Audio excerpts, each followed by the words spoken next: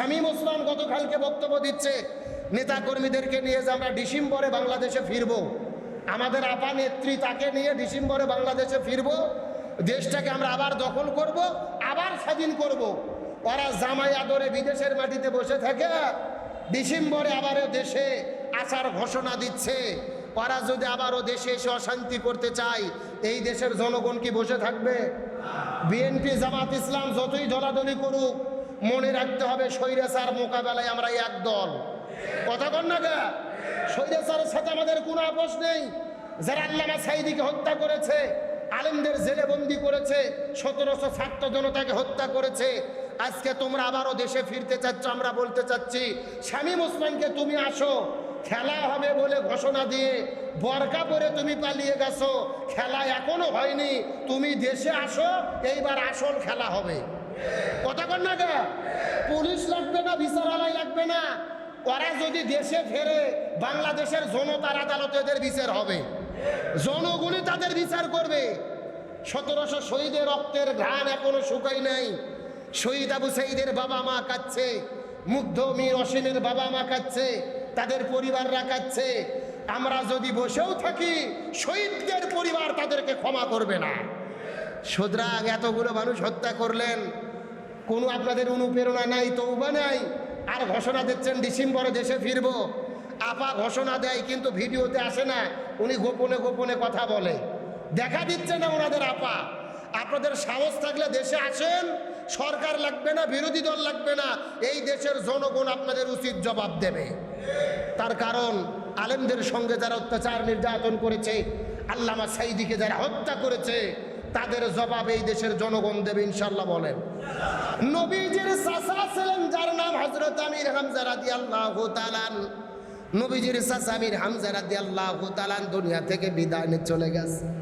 শাহাদাত বরণ করার পরেও তার অবস্থা কি হয়েছিল, আমির হামজা রাদিয়াল্লাহু তাআলার জীবনের দিকে লক্ষ্য করে দেখা যায়।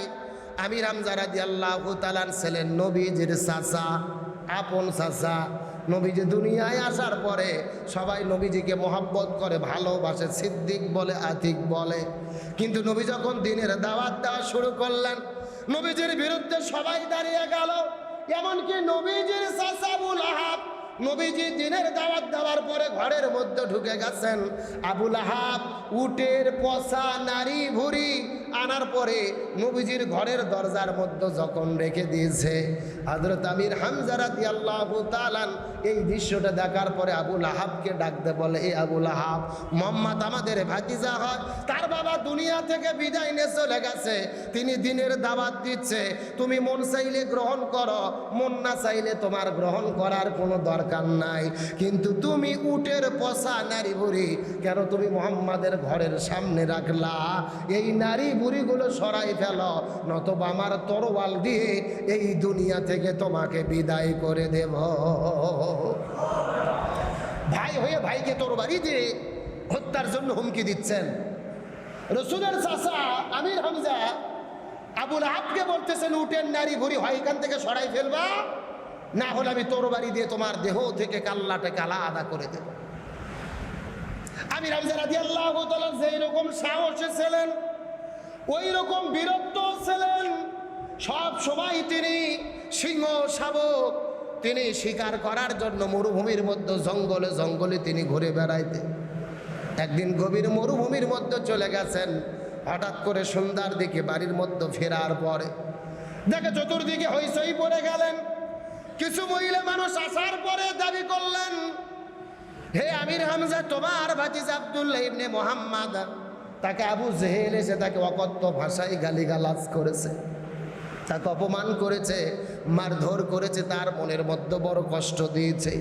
এই মক্কার কুরাইশ বংশের ভেতরে যত মানুষ আছে কেউ তার পক্ষে থাকলো না, কথা বলল না। আজকে তোমার ভাতিজা আব্দুল্লাহ ইবনে মুহাম্মদকে এত কষ্ট দিল, আবু জেহেল এত নির্যাতন করলো, তার মনের মধ্যে কষ্ট দিল। এই কথা শোনার পর আমির হামজা হাতের মধ্যে তরোয়াল নেওয়ার পরে আবু জেহেলকে খোঁজা শুরু করলেন।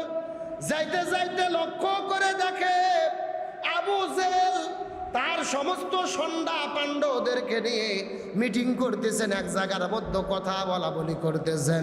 এমন সময় আমির হামজা কাছে যাওয়ার পরে আবু জেহেল ছিলেন মক্কার সর্দার, আবু জেহেল ছিলেন মক্কার রাষ্ট্রপতি, আবু জেহেল ছিলেন মক্কার হর্তাকর্তা। কিন্তু আমির হামজার এত বেশি সাহস ছিল, আবু জেহেলের কাছে যাওয়ার পরে তার হাতটা বের করার পরে আবু জেহেলকে এত জোরে একটা সর মেরেছে, আবু জেহেল স্তব্ধ হয়ে গেল, সবাই অবাক হয়ে গেলেন। আমির হামজা আমাদের নেতাকে কেন গালের মধ্যে একটা সর লাগায় দিলেন?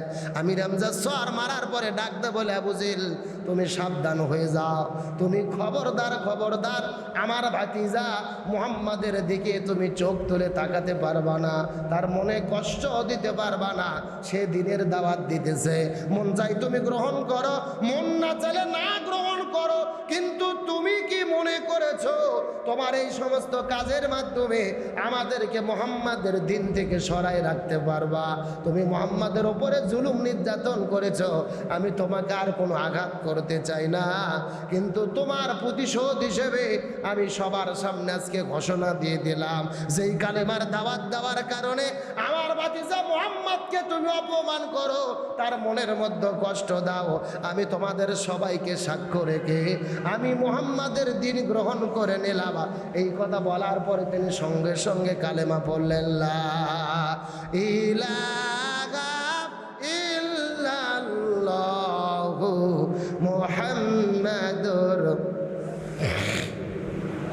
সাল্লাল্লাহু আলাইহি ওয়াসাল্লাম।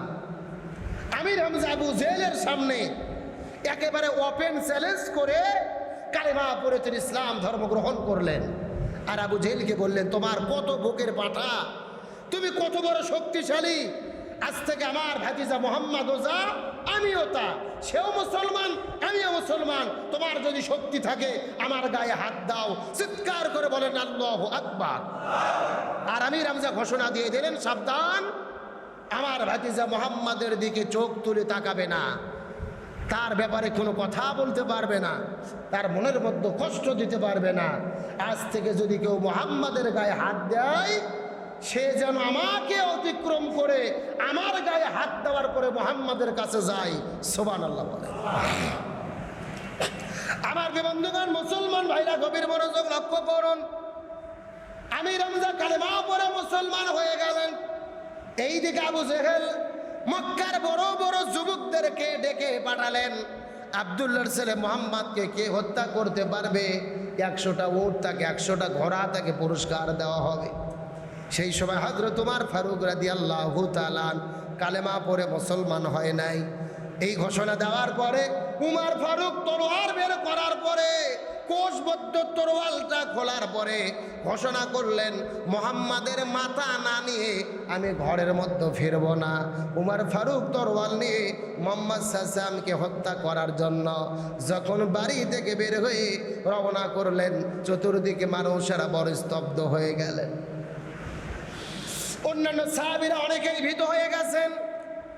আজকে তো উমর হাতের মধ্যে তরোয়াল নিয়ে মুহাম্মদ সাল্লাল্লাহু হত্যা করার শপথ গ্রহণ করেছে, জানি না আজকে কি ঘটনা ঘটবে। উমর যখন হাতের মধ্যে তরোয়াল, নবীকে মারার জন্য, হত্যা করার জন্য নবীর বাড়ির দিকে দৌড়ে দৌড়ে চলে যায়। এই সময় আমির হামজা রাদিয়াল্লাহু তাআলা চিৎকার করে বললেন, কোন উমর আছে, কার কত বড় সাহস আছে, মুহাম্মদকে মারবে, আমার ভাতিজাকে মারবে, কার এত বড় সাহস? আমি ঘরের দরজা খুলে দিলাম, আমি মুহাম্মাদের সামনে দাঁড়াবো, কার কত বড় সাহস আছে আমার সামনে দিয়ে পেরিয়ে মুহাম্মাদের কাছে যেতে বলো। যদি হযরত ওমর ফারুক নবীজির ঘরের দরজায় যাওয়ার পরে নবীজির কোরআনের তিলাওয়াত শোনার পরে আর নবীকে হামলা করে নাই, নবীর কাছে যায় নাই, নবীর উপরে আক্রমণ করে নাই, নবীজির কোরআনের তিলাওয়াত শুনে তিনি কালেমা পড়ে পড়ে মুসলমান হয়ে গেলেন। আমি বুঝাতে চাচ্ছি, হযরত আমির হামজা নবীজির চাচা, ইসলাম ধর্ম গ্রহণ করে প্রচার করা থেকে শুরু করে নবীজিকে সারাটি জীবন আগলিয়ে রেখেছে, নিরাপত্তা দিয়েছে, নবীজির পাশে দাঁড়িয়েছিল, সন্তানের মতো মহব্বত করেছে, ভালোবাসা দিয়েছে। নবীজির সঙ্গে মক্কা থেকে মদিনার মধ্যে হিজরত করেছে। ওই মদিনায় যাওয়ার পরে সর্বপ্রথম যেদিন মদিনায় যাওয়ার পরে সর্বপ্রথম দ্বিতীয় হিজরির ভেতরে যখন বদরের যুদ্ধ সংগঠিত হয়ে যায়, ওই বদরের যুদ্ধের ভেতরে সবচাইতে বড় কাফের উতবা সহ 1 নয় 2 নয় হযরত আলী রাদিয়াল্লাহু তাআলাকে সঙ্গে করে নিয়ে 26 জন কাফেরকে এই দুনিয়ার মধ্য থেকে বিদায় করে দেয়। 26 জন কাফেরকে এই দুনিয়া থেকে বিদায় করে দিয়েছে। বদরের যুদ্ধ হয়ে গেলেন তৃতীয় হিজরিতে। উহুদের যুদ্ধের ঘটনা, উহুদের যুদ্ধের দিনে যখন যুদ্ধ শুরু হয়ে গেল, প্রাথমিক দিকে মুসলমানেরা বিজয় লাভ করেছিলেন, কিন্তু মুসলমানেরা বিজয় নিশ্চিত মনে করে যখন গনিমতের মাল সংগ্রহ করা শুরু করে দিয়েছিলেন, পেছন দিক থেকে কাফেরেরা আবারও হামলা করার পরে যুদ্ধ শুরু হয়ে গেল। আমির হামজা রাদিয়াল্লাহু তাআলার হাতের মধ্যে তরোয়াল নেওয়ার পরে কাফিরদেরকে দুনিয়া থেকে বিদায় করে দিচ্ছেন। কিন্তু আমির হামজা লক্ষ্য করে দেখে ওই উহুদের ময়দানে একজন যুবককে দেখা যায়, যে যুবকের নাম হলেন সাবা। এই সাবা নামক যুবকের মা পুরুষদেরকে খাতনা করে দিত। আমির হামজা সাবাকে দেখার পরে ডাকতে বললেন, এ খতনাকারী আলীর ছেলে, তোমার যদি সাহস থাকে আমার কাছে চলে আসো। সাবা আমির হামজার কাছে চলে গেলেন। তার সঙ্গে লড়াই চলতেছিল, সংগ্রাম চলতেছিল, কিন্তু পিছন দিক থেকে ওদের প্রান্তরে গর্তের মধ্য থেকে বের হওয়ার পরে আফ্রিকা থেকে আসা একটা তীরন্দাজ, যার নাম হলে নোহাসি। ওয়াসির হাতের মধ্যে একটা বর্ষা নেওয়ার পরে অনেক দূর থেকে গোপনে গোপনে আমির হামজাকে টার্গেট করা শুরু করলেন।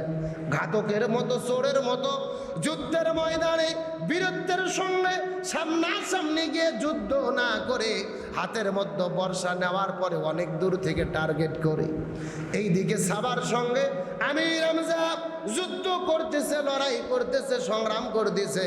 এমন সময় ওয়াহাসি পিছন দিক থেকে এই বর্ষাটা টার্গেট করে এত জোরে নিক্ষেপ করেছে, ওই বর্ষাটা পিছন দিক থেকে আসার পরে হযরত আমির হামজা রাদিয়াল্লাহু তাআলা তার পিছন দিক দিয়ে ঢুকে বর্ষাটা সামনের দিক দিয়ে বের হয়ে চলে গেলে